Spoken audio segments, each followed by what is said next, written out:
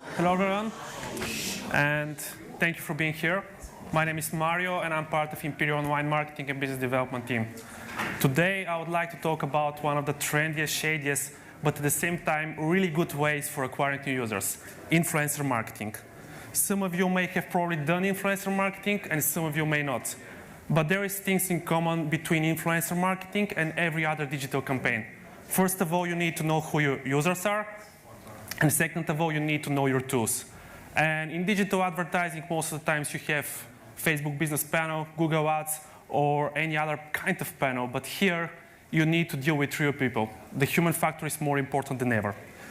And since you always do your campaigns based on, let's say, interests, regions, demographics, and so on, it makes the perfect sense to do the same for influencer marketing. That's why today I would like to talk about influencer marketing in Eastern Europe. But before we continue, I would like to tell you more about Imperial Online. We were founded in 2005 in Sofia, Bulgaria, and currently we are the biggest Bulgarian game developer. Everything is done in-house, and there are 80 people working in the company.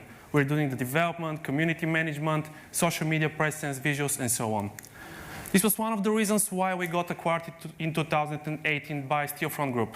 For those of you who are not familiar, Steelfront Group is the biggest group for independent game developers, and there are studios from all across the globe. Imperial Online currently has 25 released titles, and we have a core competency in MMORPGs and MMORPG games. One of the reasons why Imperial got so successful in the years was the flagship title Imperial Online, and the thing is that everything we were earning in the game, we were investing back in marketing. We were doing a lot of budget in Facebook and also in Google. That's why we got recognized as top advertiser in the Bulgarian region.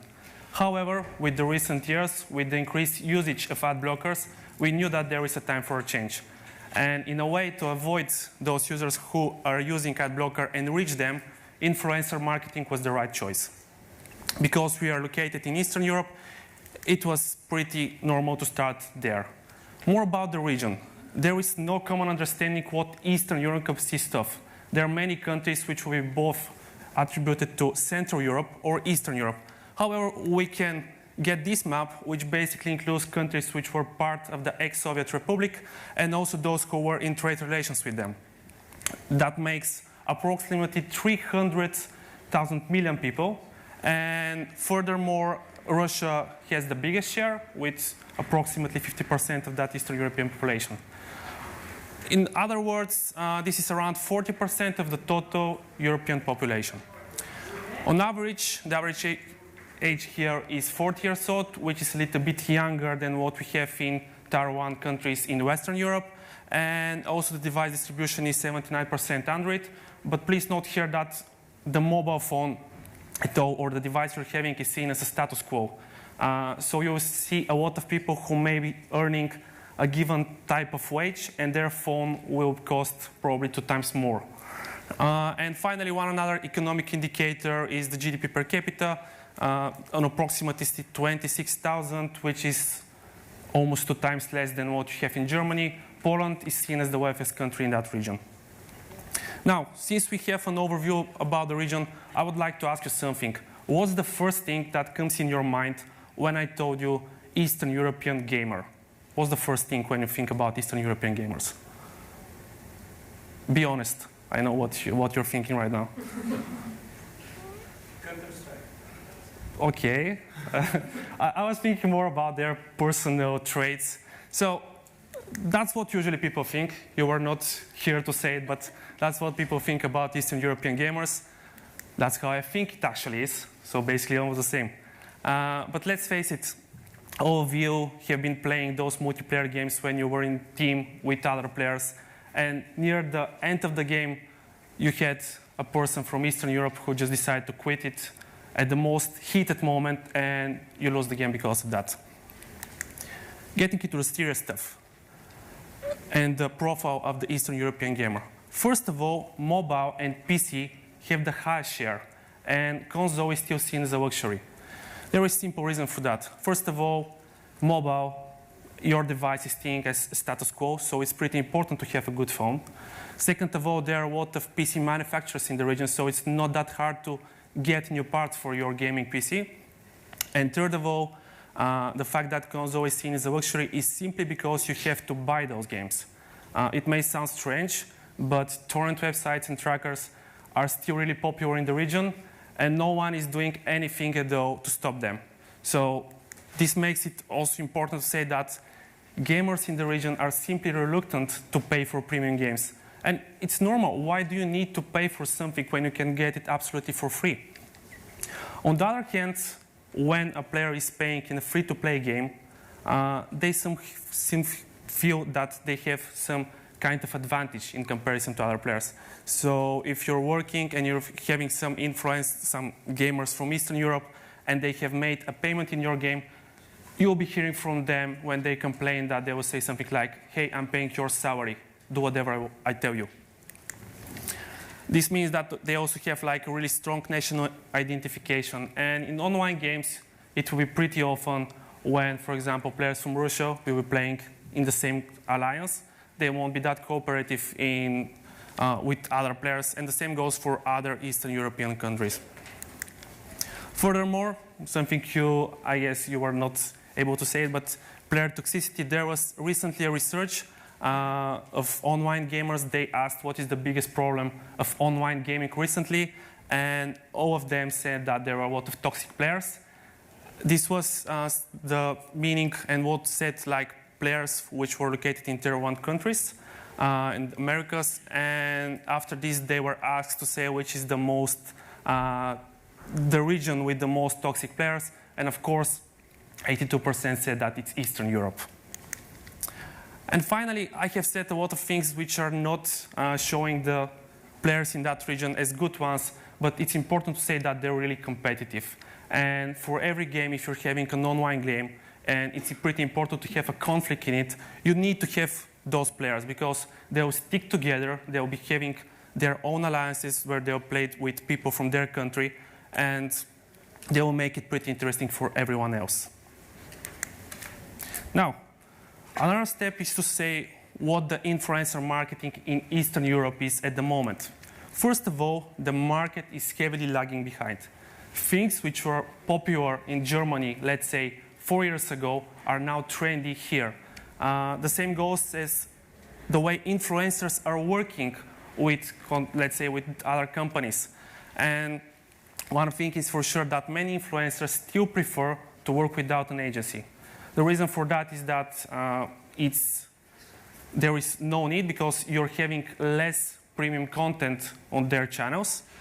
Furthermore, it's still seen as a hobby. There are really few content creators which are doing influencer marketing as their full-time job.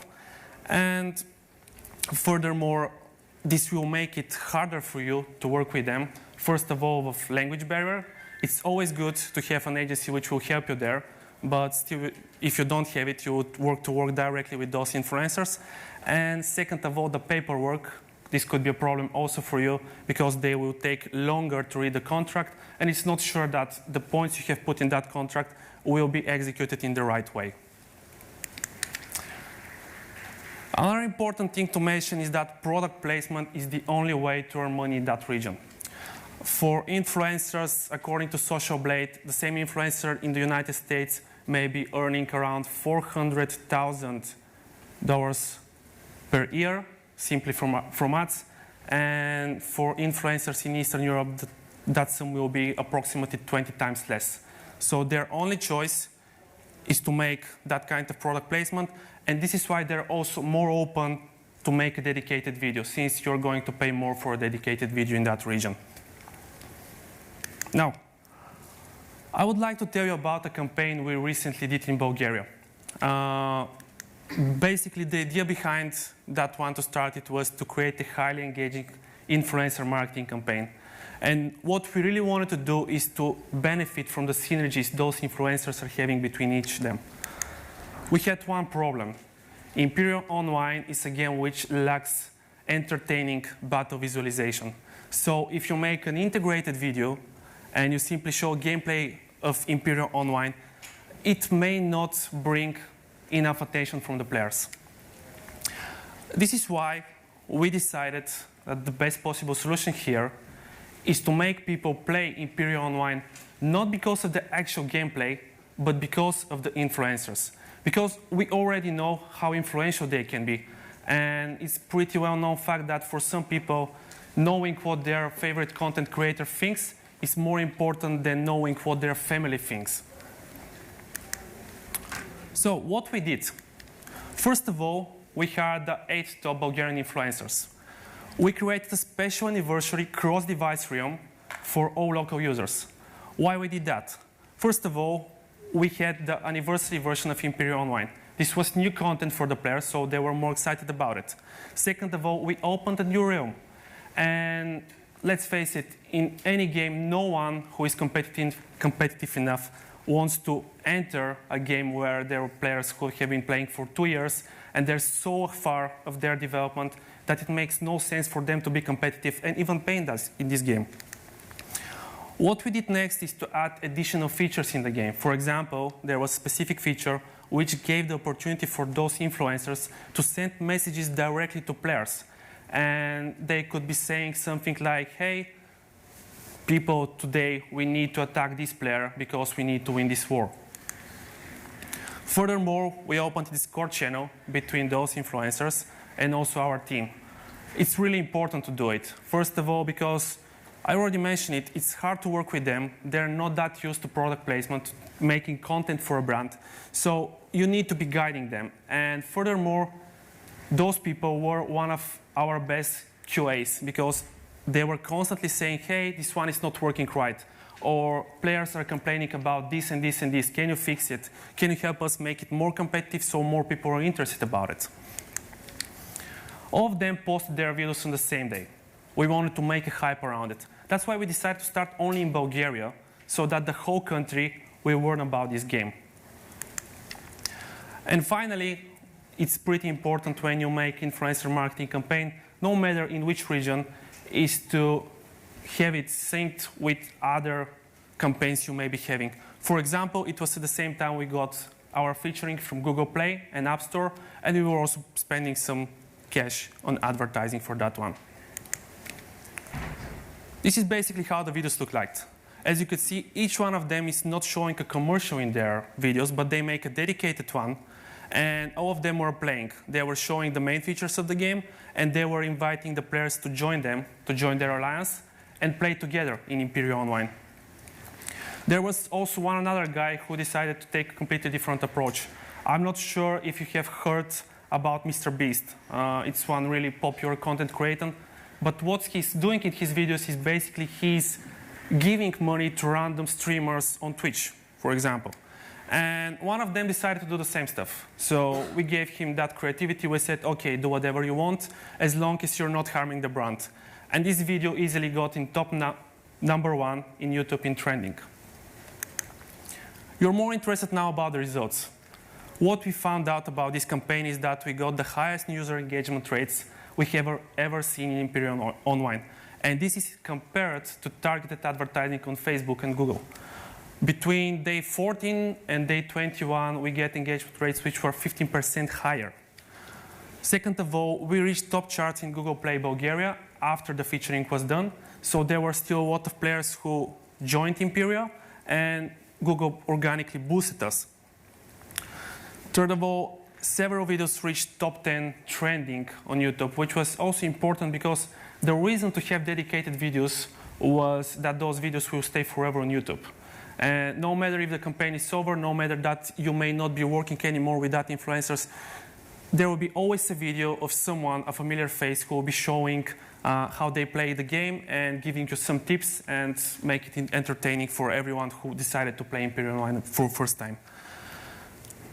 Something important, we saw that ARPDAU is much lower than what we were getting, for example, from targeted advertising. And it made perfect sense since, first of all, content creators, especially the one we hired, and it's in overall, they're having people which are much younger than, for example, what you can get from targeted advertising. The average profile, the payer in Imperial Online is approximately 35 years old. And people who were coming from that influencer campaign were on average 18 years old. So that's why we got the lower number. I want to give you some intakes from this presentation, and after this I'll be happy to hear your questions if you have any. First of all, we really advise you to work closely with influencers. Open a Discord channel, or you can, for example, chat with them on Telegram, on Facebook, or whatever you want. They will be your best feedback of the game because they have been playing a lot of games. They know their community, so they will be having a feedback from their community, which would, after this, will transfer to you. Second of all, try to aim for a dedicated video. It's much cheaper to get a dedicated video in Eastern Europe than, for example, to get a dedicated video in any other countries which are, let's say, in Western Europe or the Americas. It could go like a dedicated video for 500 euro. And you know that in Italy or Spain, it can easily go for up to 20,000 euro. Another thing is really important to state clearly your requirements where you're doing with the legal part. It's hard to work with them, and you need to have it in the contract. Do this, do that amount of videos, or post it on that exact date, or say the things like this in our video. Another thing, it's really good when you have additional budget for rewards. Yes, there will be some people who may decide to start playing this game because of that given influencer. But when you give that extra incentive, such as, let's say, Google Play cards, or like vouchers, or Amazon ones, or whatever is trendy in that country, it will bring even more users. So that's another incentive, and I'm pretty sure that it wouldn't cost that much. And finally, don't expect to always have a positive ROI. It's a region which is much poorer than what you get, for example, in Western Europe. But at the same time, the amount of players you'll be getting there will be much higher. The cost per CPI will be much lower. And at the same time, I'm pretty sure that you'll get players who are really competitive and who would stay in the game even after that. That's what we saw also in Imperia. Those influencers, some of them are still playing the game. Some of them just ended playing it once our contract ended, but the players who came with them are still in the game because there was someone to show them that this is a really interesting game, and that's how they stayed. So thank you for your attention, and I'll be happy to hear your questions. Thank you so much, Mario. Has anyone got any questions? Anyone in the room? Just the one. Cool. Okay. Thank you very much. You pointed out that the people engaged with your campaign were more engaged than the typical user, and sadly their ARPDAU was lower. What did other KPIs look like? Did the retention graph really closely follow the campaign's lifetime, or did they stay for longer? It was longer, especially the retention rates. The average number of sessions was at least 2 times higher than in comparison to advertising campaigns we were having. And basically all kinds of engagement rates were higher. Of course, at some point during the campaign, we were seeing that some players were leaving the game. And that's why I have mentioned that it's really good idea to have additional rewards, which you can use, for example, for type of reactivation of the campaign.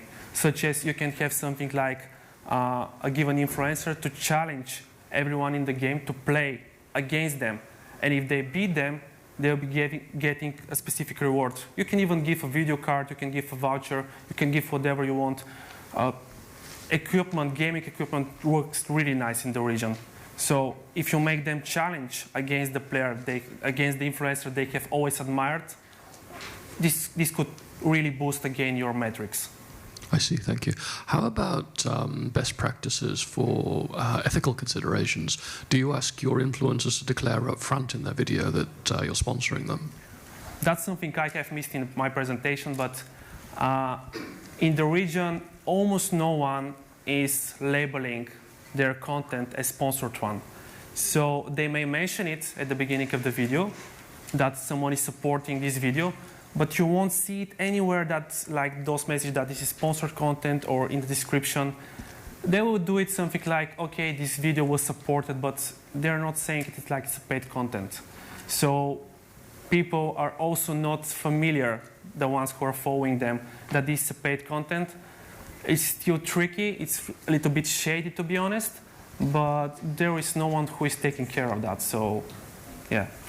I thought it worth mentioning because it stands in contrast with working with, say, US influencers. Yeah, you know that it's completely different than what I have just presented. Yeah. Thank you very much. All right, cool. If that's all the questions we've got, not seen any hands. Okay, thank you so much, Mario. Thank you. Thank you for that.